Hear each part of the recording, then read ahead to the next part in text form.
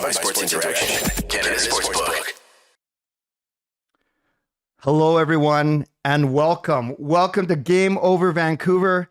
It feels like I haven't done this in a long time because I don't think I've done this in a very long time. So welcome. My name is Clay Emo. I'm Canuck Clay, both here on YouTube and on Twitter. And we are here to break down the thrilling, the enthralling, the amazing 3-2 Canucks victory over the St. Louis Blues in overtime. I just love it when we beat Jordan Binnington. I can't deny it. And I love it when it's Petey scoring on Jordan Binnington. I don't know if it's that whole Calder Trophy thing that I'm still bitter about. I don't know why I'm bitter. Petey won it. But anyways, we have a lot of time to talk about that. I have an awesome guest that's going to be with me to help break it all down. So this is Game Over Vancouver. It's on SDPN, the Steve Dangle Podcast Network. And as we get going, I invite you to subscribe to this channel so you can get all 7 Canadian markets. We cover every single game with a post-game show. Like the video as well. Like the fact that we are together. Like the fact that we are indeed talking about a Canucks win, even though maybe, I get it, in the big picture, it might not be the best result, but I still get excited when they win. So as always, we're going to break down the game. We're going to talk big picture, and then we will do some Q&A at the very end. So tell your friends that you're here. Tell them to come and join us. And I'll do a quick sponsor read, and then I will bring in my guest. Now I just got to find the sponsor read that I had it all ready to go here. Want to bet? Then get in on the action at Sports Interaction. The boys of summer are back on the diamond, and March Madness is on deck. Bet pregame, live and play, or on one of our many prop bets. Sports Interaction makes it easy to deposit, play, and cash out. Head to sportsinteraction.com/SDPN. Or in Ontario, download the app now using the QR code at the bottom of the screen. 19 plus, please play responsibly. Okay, friends, I am thrilled to bring in who I affectionately refer to as one of the OG podcasters, one of the OG. Is it cool that I say OG? He's one of the originals on Canucks Twitter, and a really good friend of mine. We used to live like 2 minutes apart from each other. And I'll let him talk about some of our history. But please welcome from Canucks Hockey Blog, this is Chris Golden. Hello, Thanks, Chris. Clay. I mean, that was a lit introduction. Are we allowed to say lit? What's more uncool, you saying lit or me saying OG? Probably both are equally bad. So, Chris, tell everyone who you are, where they can follow you on Twitter, and both you and the blog. And maybe I'll let you kind of talk about how we met. Yeah, certainly. So I'm Chris Golden. I'm at Lightforce, as Clay aptly described me, an OG Canucks podcaster. I am one of the co-hosts of the C4 Canucks Hockey Podcast, which C4 stood for something. It was Chris and Clay's Canucks commentary, which was a riff on Clay's Canucks commentary. I inserted myself into that and added the Chris, but again, C4 just made a whole lot more sense. And over the years, we recorded in a living room with fire trucks going by, cats nuzzling microphones, and we just talked puck. And much like the band NSYNC, eventually a good thing had to come to an end. And the Justin Timberlake of the show, Clay Emo here, he went on to bigger things, but the show perseveres. We originally got our start with CanucksHockeyBlog.com. We still represent CHB, but you can find the C4 podcast at C4podcast.com and listen in. My co-host Anna Forsyth and I, we talk about all sorts of different things, primarily the Vancouver Canucks, but we're big believers that there are some unheard or less represented voices out there, and we try to elevate them in their own right. But I'm glad that you went through your Rolodex, as old timers call it, and you eventually got to my name and invited me. Thanks, Clay. First choice today, bro. First choice today, I promise you. So, Chris, thank you. And yes, I have fond memories of being in Chris's stuffy living room, recording with cats crawling all over our backs, fire trucks ripping down Season Highway. But overall, Yeah, we've been friends for over a decade now, and they're still going strong. So make sure you follow C4 Podcast. Make sure you follow Chris at Light Force, and check out Canucks Hockey Blog as well. Although the strength of Canucks Hockey Blog right now is the C4 Podcast. Should we talk about this game, bro? Yeah, let's. I mean, it was an interesting night if you happen to be a Canucks fan. Some of you are probably pretty excited. Others, maybe not as much. Okay, I got to ask you. Reasons. By the way, Kaya May, one of my two esteemed co-hosts on here, a lot younger than I am. She is Sean's age, and I've pointed that out to her many times. She asked, what's a Rolodex? What's a Rolodex? Think of it as the non-virtual contacts app on your phone. Beautiful. Which we had to roll the cards to find everyone. Yes. That was like the upgraded version of like the white pages that we used to get. Manual labor for sure. So we could go through every goal, but it's pretty easy. But I just want to talk in general terms, and maybe your philosophy will come out in your answer, Chris. What were your reactions when Kuzmenko scored with 29 seconds left? And what was your reaction when Pettersson scored with only 15 seconds left? Floor is yours. Okay. I mean, honestly, I am conflicted for a couple of reasons. One, I'm a big Kuzmenko fan. I was excited that the Vancouver Canucks found a way to keep him in the fold, despite every sense of my being thinking he would be an asset that might be traded come deadline day. I am a big Petey fan. I love that Petey decided, I don't want this game to go any further. It's over now, and end it. Much like you. Anytime you can, stick a fork in Binnington, you just stick that fork in. And the Vancouver Canucks hadn't had much success. So again, like I'm loving that. However, I feel that the team is in a position that it really needs to maximize its draft potential. Yep. And 2 points makes that a little bit tougher. So, it's a difficult spot to be in. I mean, let's be real here.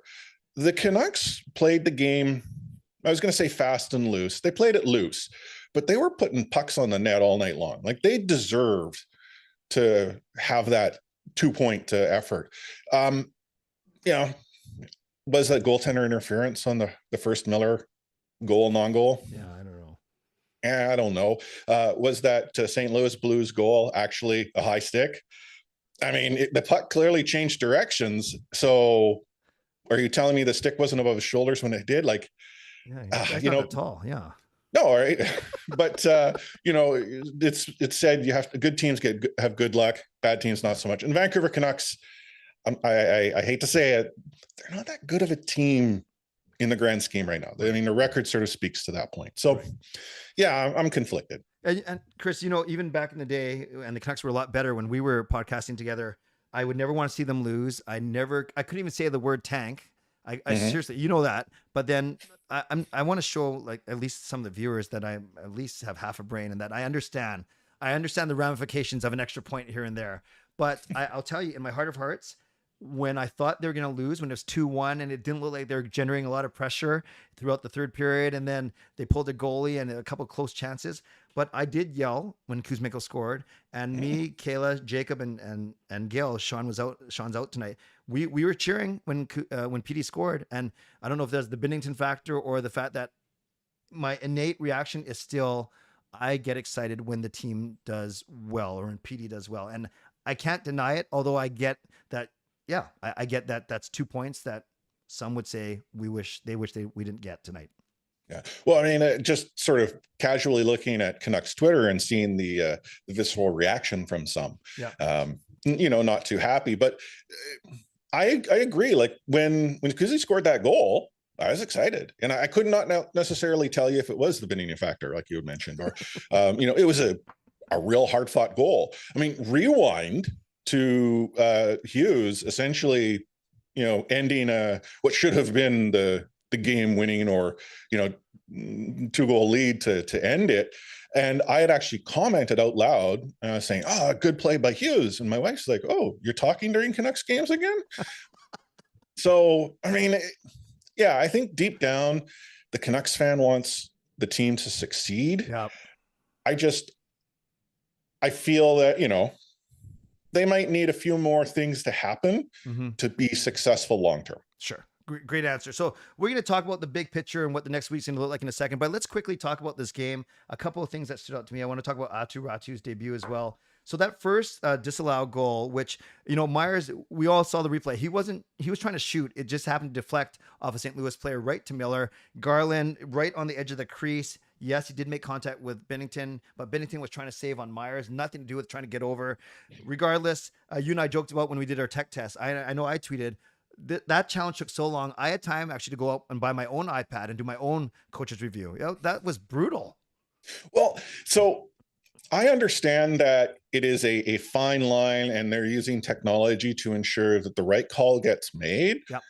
But yet, from a game entertainment perspective, I mean, Shorty was like, do we have a clock on this? I actually would have enjoyed seeing a clock and having some music. How many times can you loop the Jeopardy theme? Yeah.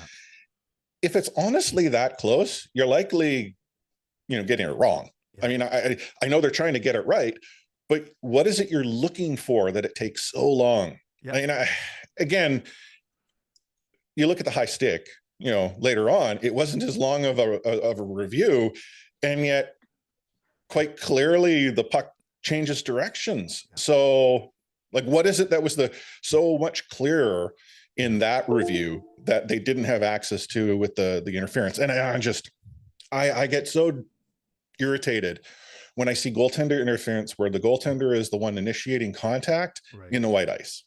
Yep. No, that's fair. That's fair. Yeah. And I saw some sarcastic tweets of now the goalie can just start launching himself into opposing players. By the way, in the chat, there's 40 of you in here, which is awesome. Like the video, like the fact that I have Light Force on here with me. And in the chat, talk to each other and tell each other if you thought A, that Miller goal should have been overturned, and B, if you thought that St. Louis goal should have been overturned. So what a sequence for Team Tank, in that not because we lose the challenge, or they win the challenge, the goal doesn't count, but it's because there was going to be a delayed penalty anyways. So we go on the power play, and if you want the Canucks to score, you think, okay, here's a good chance. Then Quinn Hughes, there's a very lackadaisical back pass. PD gambles, and then it basically becomes a breakaway for the guy's name I can't even pronounce, Toropchenko, and he puts it past Artur Silov's 1-0 with a shorty. Yeah.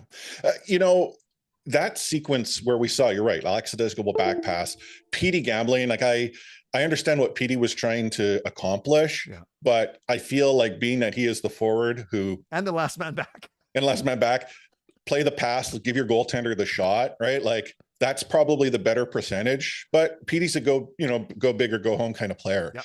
But how close was Beauvillier to actually breaking that breakaway up? Like, he got his stick and was able to lift. It just happened to be not enough to disrupt the actual shot as it took place. And I mean, we might get into a little bit later, but like, Beauvillier is really impressed upon me, his give us stuff meter. I mean, I understand we're on YouTube. I want to keep this PG-13. But yeah, I mean, you're right. The shorthanded goal really changes the dynamic of the game. Sure. But these are things that I think are good for us to see from this team as they transition into whatever 23-24 will look like. Good. Yeah, and actually, good point. Beauvillier, a great hustle play. But then Toropchenko, credit to him, he was strong enough on a stick where he actually had it lifted and he still got a stick down, put it past Silovs. Then the second goal, we talked about the high stick, not a high stick, whatever. That actually all started when I think the puck rimmed around the boards, and I thought Quinn Hughes made a very slow move. He could have cut it off, but he didn't, and then the puck kind of bounced around, and Silovs had no chance. You saw that angle where right from the blue line. He didn't even see it, and you can't guess because it's just going to go through you. So, and the Canucks are down 2-0 going into the third. What were you thinking at that point, or is that when you were getting your pizza for your family? No. So when that second goal went in is when I hit the road and got the pizza. I mean, I presumed it was a done deal. And historically, as a Canucks fan, we see these games all the time. The Vancouver Canucks throw everything but the kitchen sink at the opposition goaltender. The opposition goaltender looks like the next coming of Patrick Waugh. It's just the way, as a Canucks fan, the world rotates. But then the Vancouver Canucks team that played, just a few nights ago in Nashville showed up in the third and decided, hey, let's give these patrons who came to this game some good value for the ticket and provide them some bonus hockey. And, credit to this team not giving up, which I don't think we could have said all that often earlier in the season. Totally there fair. was a lot of, hey, game over, let's go home. And the Canucks did dominate from the shot perspective, 14-6, 11-7 or whatever, then 14-5. So it starts off, you think you give up a power play with 10 minutes left in the game, down 2-0. It's not looking good. But Pettersson knocks that pass out of midair and a beautiful saucer pass. Petey is so smart the way he drew the defender off just enough to lead him in, saucer pass. And Miller's got a great shot, and that was nice to see. Yeah, that shorthanded goal was a beauty. I think Bennington was guessing shot, guessing pass to the Miller shot. And Miller was able to get that puck off his stick so fast that there wasn't anything that Bennington could do to catch up. The shorthanded goal was great, but even then I still didn't necessarily feel that the Canucks still had it in them. Like it was, there's a nice, so you're telling me they have a chance. But more of the same, right? You got it. St. Louis get in front of the pucks that were coming on net, blocking quite a few themselves. Like it wasn't going to be the Canucks night until it was. Truly game of interest. Justin Falk goes for the empty net. Then it just grazes the post, icing. Then I don't know if you remember this. Then they won the faceoff again. And then he just looped it up like this high. And it only lands at center. The Canucks gain the zone. And Kuzmenko, Mr. Clutch, another goal with 30 seconds remaining. Yeah. Hey, just give this kid some Coca-Cola, a banana, and a map to the rink, and good things happen. Yes, I'm not sure what he was drinking or eating on the bench today. And then, of course, a pretty exciting overtime. We've seen some dogs of overtimes, but this one wasn't bad. And then you just knew they were joking about Ethan Bear being out there what seems like eternity. Then I think it was, I'm not sure it was Beauvillier or whatever, holding the puck and basically letting Petey wind up from his own blue line, looping back, cutting in front of the net. And you just saw the St. Louis defender. Reminded me, you remember when Bo Horvat was walking all the Blues guys in the bubble? Kind of remind me of that. The Blues guy just points to Falk, you take him. And I actually think Falk's positioning was fine. It was just a sweet shot. Yeah, well, no, and that's, Pettersson's, skill at play there. He had speed, and arguably he picked his spot in the net, put the puck there. I mean, I had said earlier, he just decided he didn't want this game to continue any further and ended it. I mean, I feel he has that power in him. The lead up to that, and if we rewind a little bit further, I think, Miller was trying to get off the ice and shouting, "Don't give me the puck," which caused, I think it was Beauvillier who had it. It was like, oh, maybe not. Gave St. Louis an opportunity. Thankfully, nothing came out of it because Bear, I think, had been on the ice as well for like a minute or so. Like he and Miller had not been able to get off. So I mean, it worked out in the Canucks' favor. Again, as a fan, did it work out? Yeah, some of you may not agree. They weren't used to Miller giving instructions without slamming a stick on a net or something like that.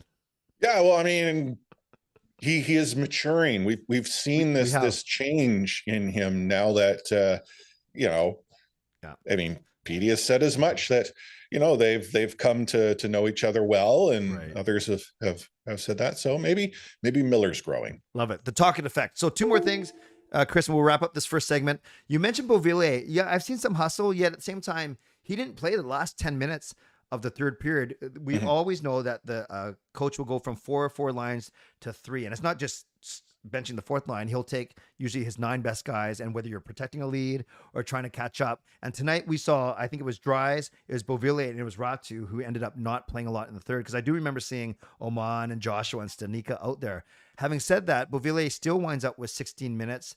Yeah, he gets another assist, so I believe that's 7 points in 9 games, or 7 and 8 for him. What have you thought of his play overall?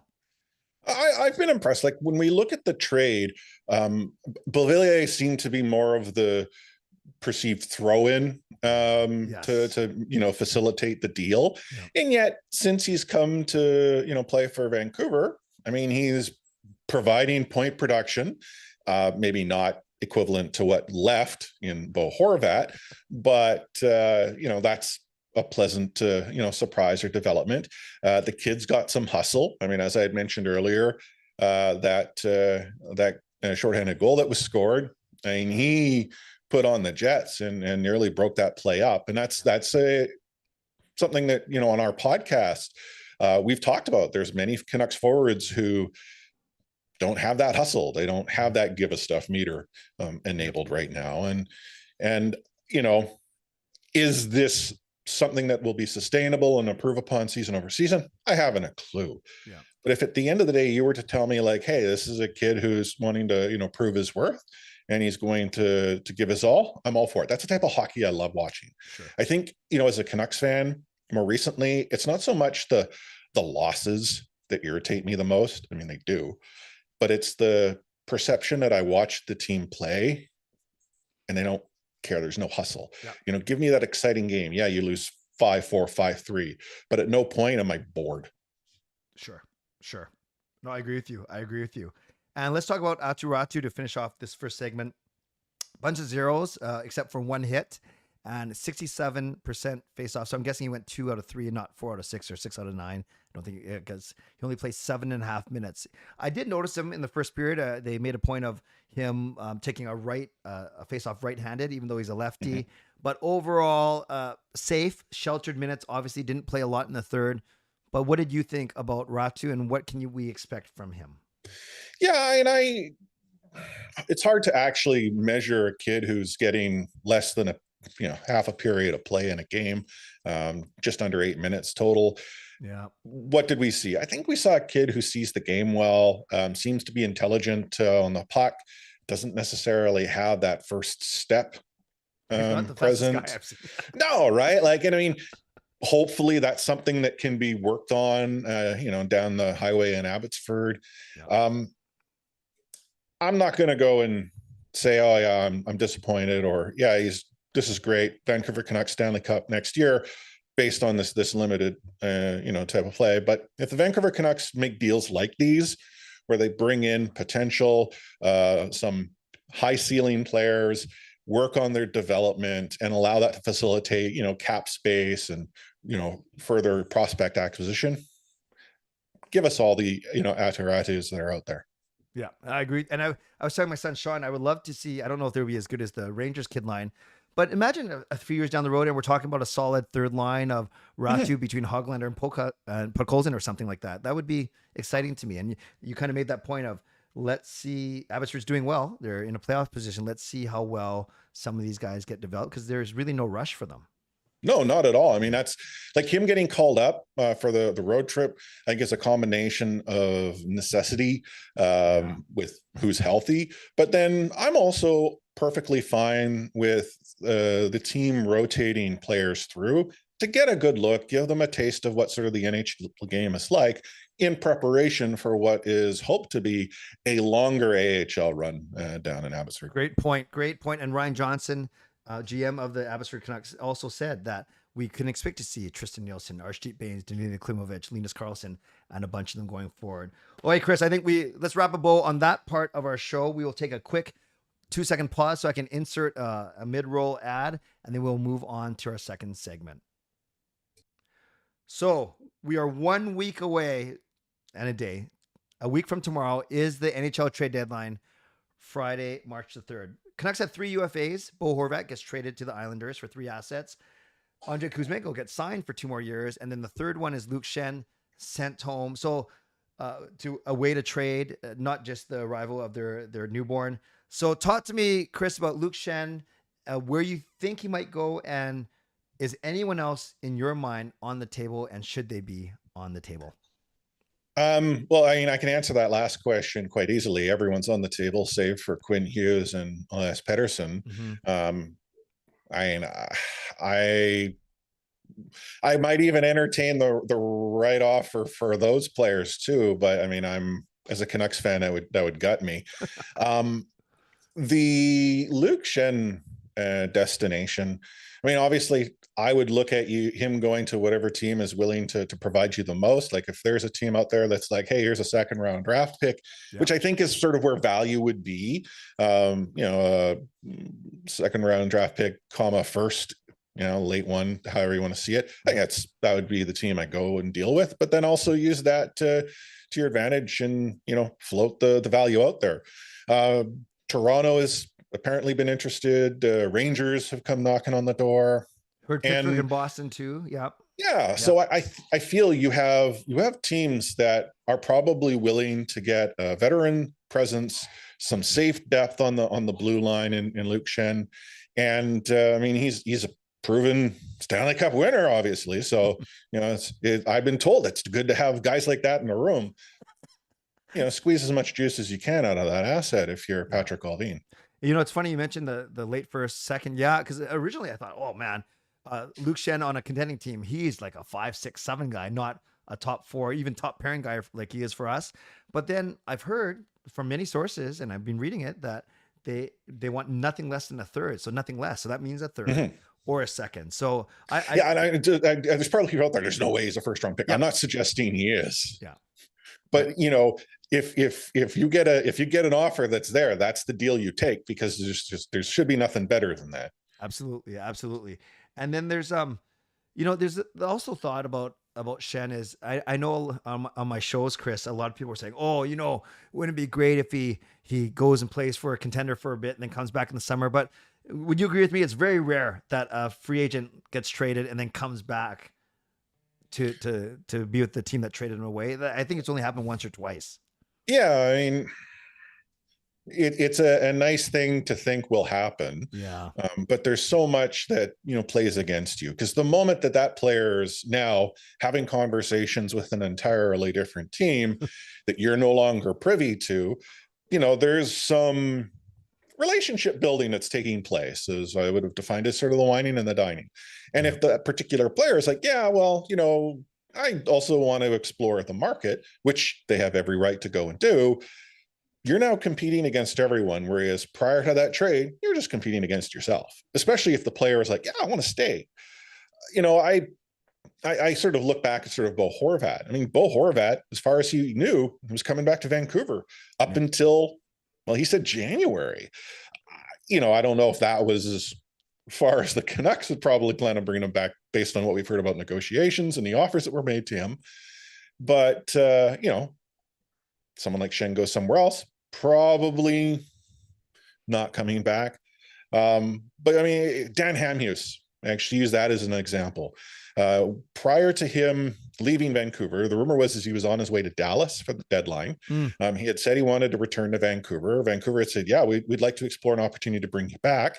Hamhuis had said he had thought there was going to be a deal. Something happened, didn't turn out. Still felt that he was coming back. He'd be part of the team's plans. Went into the free agency, didn't get a phone call. Wow. And then finally, when he did, it's like, hey, we're no longer interested. We've moved in a different direction. Yeah.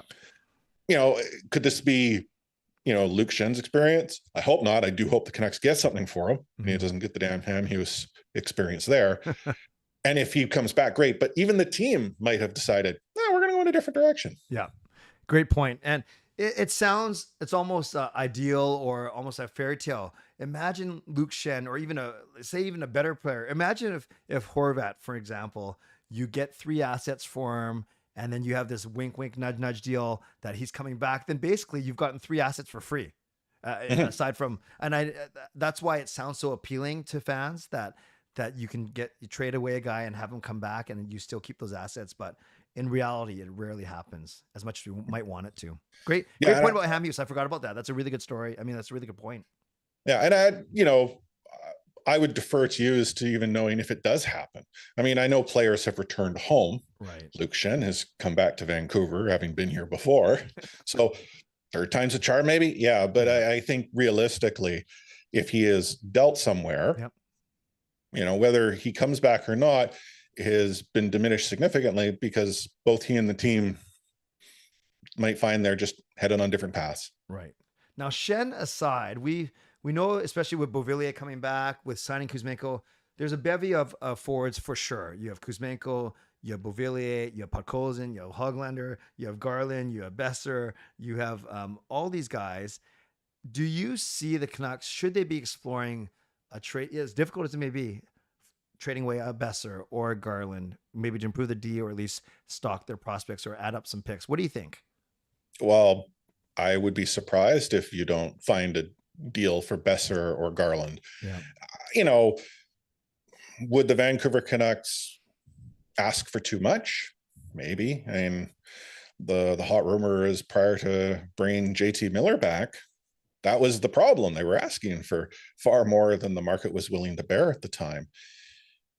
I think Besser and his camp have come to the realization he's probably going to get dealt. Connor Garland, if there's value to be had there and an asset can be obtained, if you're the Vancouver Canucks, you make that trade. And in both of those deals, presuming you don't bring back bad money long term, it works out well for the Vancouver Canucks in that longer term scenario. And I'm much less happy to see someone like Brock Besser go. Yeah. I've been happy with Brock's performance. I give him a pass this year, considering his injuries that he's had to work through. He came back from the sounds of things too early. That injury in his hand, reopened. Like, I can't imagine what it would be like to have a surgical site have to, get re-healed again. So, that's tough to swallow. But at the end of the day, does Brock Besser help this team, win tomorrow? Not in their current state. And if it's what gets you the future, the help that you need on the blue line, like tonight, the Vancouver Canucks had 3, NHL roster defensemen, Bear, Myers, and Hughes. And I was listening to, House Radio 650 on the way to get my pizza, and they were having some trouble saying that was 3 NHL players, and Hughes was not the one that they had an issue with, right? So I feel that the Vancouver Canucks, to your point, do need to find ways to not only creatively get out of their cap situation, but find a way to improve upon what they have had as an issue for, over a decade now, and that's the blue line. Yes. And Chris, I've been telling people that I'm willing to, as much as people might be upset with Rutherford and Alvin with the way maybe Boudreau was handled and maybe the Horvat trade, or at least the discussions, I've been saying to everyone who will listen that I'm willing to wait until the end of the summer. I want to see what happens on this trade deadline next week. I want to see what happens up until the draft and through the draft and July 1st.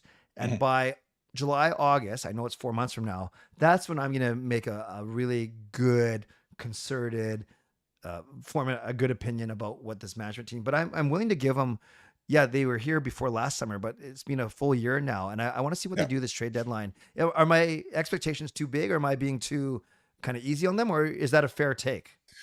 I feel it's very fair. In fact, I actually would have expected you to be even more fair than this, knowing you as I do. I mean, let's consider, you're right. This management team has been in place since middle of last year. They needed to get, all of their sort of front office in order, all the hires in place, take a full, 360 review of the organization, who they have access to, the direction as to which they want to go in. Yeah, the Bruce Boudreau situation was a tough one because, as we know, a coach who was hired prior to a general manager in this league is likely not going to last the term of their deal. And it did not look good that on the first after hours, Jimmy Rutherford's out there saying that, well, we already gave the coach an extension. He's back this season. Not a good thing to hear when the coach was an option. That's bad. And if you listen to my podcast, I was quite explicit in my disdain with how the Bruce situation had been handled. Yet we also have to consider they inherited a lot of these issues. Sure, the JT Miller deal, not entirely sure that was the deal to make, considering the direction as to which you had said you wanted to go, giving yourself cap flexibility. Deadline comes by, they're hopefully going to go and make some deals. But I also think you're right, because if we wait until the offseason, cap flexibility becomes a little bit easier because now teams can exceed the cap to a certain percentage. That's not something they can do right now. And so, I saw someone in chat here talk about, well, JT Miller, why would they go and deal him? They just signed him. If the Vancouver Canucks aren't in a win tomorrow team, JT Miller doesn't help you with that contract. JT Miller is the win tomorrow player. So if you can get that off your books to give you the sort of reset flexibility, you make that deal. But that's not going to happen by deadline.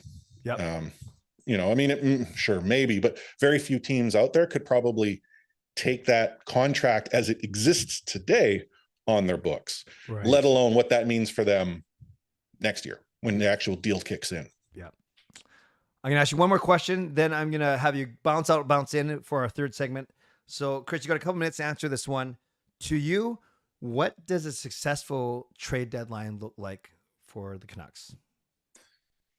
I think it's very simple. One, use your cap to maximize what it is that you can acquire. So if you take some bad contracts on, you do so for this season. This season doesn't matter as much, obviously, but make sure that you're not taking on contracts or bad deals that hit you long term.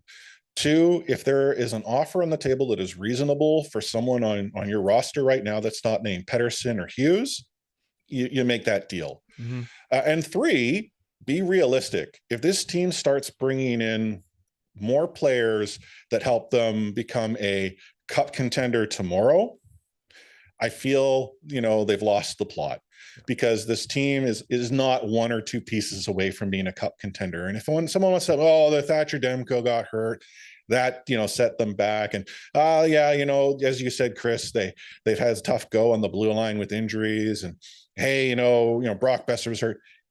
Good teams persevere through all of that. Yeah, maybe not as much as the Vancouver Canucks have to go through, but that's also indicative of the lack of depth the team has. And that's what I think that the Vancouver Canucks need to focus on. Build that depth up, organically grow prospects within your system to produce young lines. And I mean, think back to 2 or 3 years ago when we had the PD contract that they could have maximized the ability to use, where there was cap space. Hughes was still on a really good looking deal. Besser, to some extent, like young players, your core, that was the time to maximize. Unfortunately, the previous regime didn't see it that way, brought in contracts that don't help you maximize your window. And hey, look at what the new management group's having to sort out today. Yep. I think that's a really good point. The fact that they basically inherited it. They've brought in a couple guys like the Dermots and the Ethan Bears, but really, yeah, this is, they got to start putting their stamp on the team. And maybe the shot across the bow was signing Miller instead of Bo Horvat. So this is what we're going to do. Chris, exit out of this Zoom and then come back in, and I'll make it work. Make sense? Makes sense. All right. We'll see you in a couple minutes. For everyone else, start to get your questions into the chat now, and I'll keep Chris for another 5 or 10 minutes, and we will answer your questions together. We'll get to as many as we can. Might not do as many as we want, but let's just see what happens. So once again, start getting your questions in the chat. Also, I will remind you to subscribe to the SDPN YouTube channel, like this video, and also while you're at it, you can also subscribe to me, Canuck Clay, right here on YouTube as well. I'm on my road to 10 Clay, or as I like to say, I'm about 150 subscribers off of 10,000. So I will get there eventually. I would love for you to be a part of it. I do nightly Canucks videos, nightly Canucks live streams, and I do daily videos as well. And just like that, magic, Chris is back. Chris, can you hear me? I can hear you loud and clear. Awesome. Let's get to some questions in the chat. So everyone that's here, thank you. There's 40 of you in here. Thank you for sticking with us. What do you want to ask me? More importantly, what do you want to ask Chris about tonight's game, about his nice haircut, about the C4 podcast, Canucks Hockey Blog? So we'll start with Fangirl. Says, hey, Chris, do you think the Canucks should sign college free agent Jake Livingstone? So this right shot D-man that I'm learning a little bit about, but I don't know a lot about him yet. Do you know anything about him? And not to put you on the spot. Yeah, so I, in fairness, don't. I would have to, in my podcast, defer to my colleague, Anna Forsyth, because that's her wheelhouse. It's one of the reasons why I think we do so well together. She's the smart one and I'm the voice. But, if I were to consider him as someone that you could bring on a show me deal or a reasonable show me deal, I'm all for it. And I use what we saw from Kuzmenko as an example. Kuzmenko came in on a 1-year deal that if the Vancouver Canucks were to have found that he wasn't actually the NHL player that everyone thought him to be, hey, it doesn't hurt you. But then the risk you have with that is then him getting the deal he now has. I love that he's back, as I had said earlier, but that's sort of your situation in. So I feel if the team is truly going to hit the reset and rebuild, or whatever they want to call the magical button, make a reasonable offer, bring him in on a show me deal, 1 or 2 years for reasonable money, but don't go and then set the expectations. This is the kid that's going to go and become our next rookie of the year. Right. Well said. And I've seen some scouting reports that he maybe will max out as a third pairing right shot guy. So, I think of names like Brogan Rafferty and Josh Tevez. Remember these guys that would bring him in, and we kind of get excited about them, but they in out of the organization within 2 or 3 years. So Connor says this, and it's very specific, but I'll kind of broaden it. He says, wouldn't it be nice if one of the legendary Sedins became the next head coach? I'll walk it back from head coach because we got to give your talk a chance. But do you see coaching in the futures of the Sedins? No. But the reason I say that is I feel that if they were to go into coaching, they would probably want to do it together. And that's not to suggest that one couldn't be the head and the other one, your alternate coach, assistant coach, associate coach, whatever the A might want to stand for. But I feel that the role that they have now in regards to sort of player development and sort of a behind the scenes probably works better for the dynamic that I perceive the two is wanting to have. Like, imagine them working their way up into sort of general manager positions. You could have, in theory, a president of hockey operations, but a couple of associate general managers in charge of different areas. You don't necessarily have to have that GM as far as I consider. And that's where I sort of see the Sedins, going. But if you were to put me in the spot and say, have one as a head coach, Hank. Danny's his assistant. It's not like Danny's coaching another team. That just wouldn't happen. As brilliant as they were on the ice, that doesn't necessarily mean they'll be the best coach. They may be awesome. They may not be. But I definitely think that their intelligence overall could translate to more of a management role. I agree with you, than a coaching role. So that will be something to watch for sure. Speaking of coaching, I'll answer this one. Kevin says, Derek says, can the Canucks have a new coach next year? I understand that Tocchet's contract is 2 or 3 years. Does that ring a bell to you? Yeah, he's not here for a Bruce contract. Which was, so the Bruce contract was 1+1, the +1 being an option. I think Tocchet's here for 1, the current. So whatever this is, +2. I agree. Could the Vancouver Canucks have a new coach next year? Yeah, sure, totally. But they don't bring Tocchet in this season and not expect him to be around next. But hey, I mean, this is a team that every so often comes and tells us that, hey, we're going to win the cup this season. I'm really excited about this young core, and it's going to be this year, and doesn't. So Kevin asked, will the Canucks trade Höglander or bring him back up? Before you answer, it's very important to know that because of how many games Höglander has played already in the NHL, if he plays 2 more games, then he is not he's not eligible to go down without waivers. He becomes waiver eligible. So you risk losing him if you were ever to send him back down to Abbotsford. So that's why they need to take their time with them. Having said that, what do you predict his future is with this club? This is a tough one for me because Höglander is an asset. I like Augie, but if you can deal him for something of value that helps you become a better team long term, you make that deal. Now, does he come and play in Vancouver this season? No. And to your point, 2 games, if he gets those in, you say risk losing him on waivers. Do you seriously think there would be risk there? I think it's more likely they lose him on waivers. Frankie Corrado, we had a chance to talk to him on our podcast, but he's a great example. The Vancouver Canucks at the time placed him on waivers, believing no team would take him, and Toronto was more than happy to make that claim and sit him up in the press box. Wow. So Höglander could easily be claimed as an asset alone of value by another team, and you can't risk that if you're Vancouver. Awesome. Let's end with this one, Chris. I know you're a Canucks historian, so from Fangirl, what's your favorite Jim Robson call? Good question. Oh, I mean, it's the one that I think is synonymous to so many Canucks fans of our generation. He'll play, he'll play on crutches. I mean, there's so many, but that one, I was so invested in that 94 run, and to see the outright, savage, dirty play from the man who I cannot even repeat his name I know.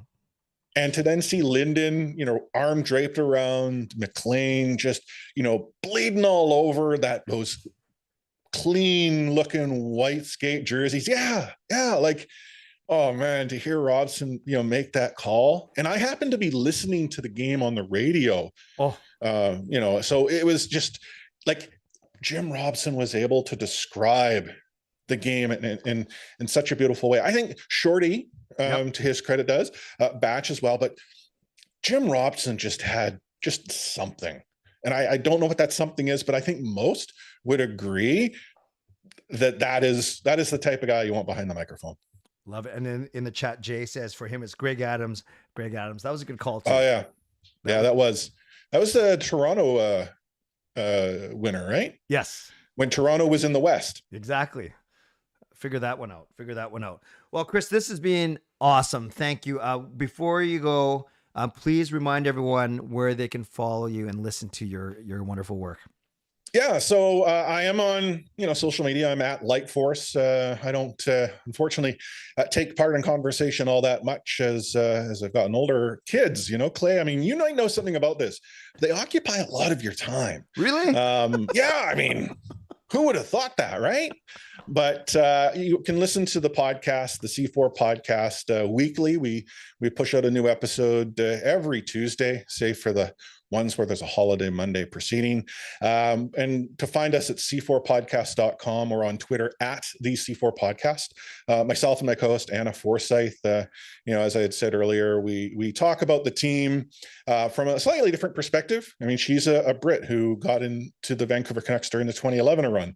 I'm a local boy who got into the Vancouver Canucks during the real awesome 1980s. So we have different perspectives as to what Vancouver Canucks fandom has to be. And every so often we get guests on that might be a little bit underrepresented. And the reason why we do that is we want to help elevate the voices that you might not always hear. And hey, I mean, this podcast, as I said, was 98 degrees until Justin Timberlake went on to do up and solo career himself. So, we get you on back and from time to time, Clay, to help the band out. But, Anna was the one who said, Clay, who? And I have to agree sometimes. No, I like how Anna likes to poke fun, and I love her. Love your work, and truly very grateful that you and JJ took a chance on this good-looking yet inexperienced podcaster back in the day, over a decade ago. So, Chris, thank you very much for your time and your energy. I will let you get back to your lovely wife and lovely daughter and whatever cats you still have running around your house. And I'll try and get you back on here before the end of the year. Sound good? Sounds good. Thanks a lot for the invite there, Clay. All right. Thanks, Chris. Take care. Take care. Okay, friends, that was Chris Golden, Lightforce on Twitter. He is excellent. And go listen to C4 podcast. They do some really, really good work. They're one of the OG Canucks podcasts out there on Twitter. Thanks to all of you for joining us tonight. It was whether you wanted the Canucks to win, whether you didn't want them to win, whether you wanted to be entertained. I think you definitely got the entertainment part. The Canucks don't make it easy on themselves, but they make you stay until the very end, and they end up delaying the start of these shows, but that's okay. That's 5 minutes that we'll gladly give them if you want them to indeed win. So on your way out tonight, on this night where the Canucks win 3-2, again, subscribe to SDPN. You can get notifications then on all the shows here. Like this video, and we're also on podcast platforms too. So rate and review if you're listening on SDPN Game Over shows on a podcast platform. You can follow me, Canuck Clay, both here on YouTube and on Twitter. Subscribe here. I do nightly shows. In fact, I'm doing one tonight. If you're still awake, 2.5 hours from now at 11 p.m. Pacific time, I know it's late, I'll be doing my nightly show as well. On Saturday, it's the Canucks coming back home for only one game. It's kind of weird. They play Nashville, St. Louis, come back home to face the mighty Boston Bruins before they go out to play Dallas in Dallas. And it will be Sam on the mic on Saturday night after the Boston game. Speaking of co-hosts, I want to thank Kaya May, who was in the chat the entire time, making sure that nothing funky was happening. So thank you, Kaya, for being here. I appreciate you. And once again, love to Chris Golden at Lightforce for being such an outstanding guest tonight. So don't forget, Saturday night, it's Sam's turn. It's the Canucks and Boston. And thank you for being here, and visit our sponsor, Sports Interaction, as well. As always, stay safe, stay healthy, take care of yourselves, and take care of each other. Oh, and by the way, my wife, Gail, kind of booted me out of the room for a little while this morning when she said that my Arnold Schwarzenegger impression was horrible. So she kicked me out of the bedroom.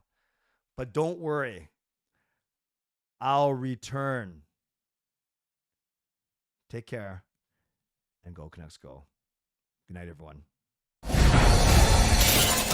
Game over! Powered by Sports Interaction.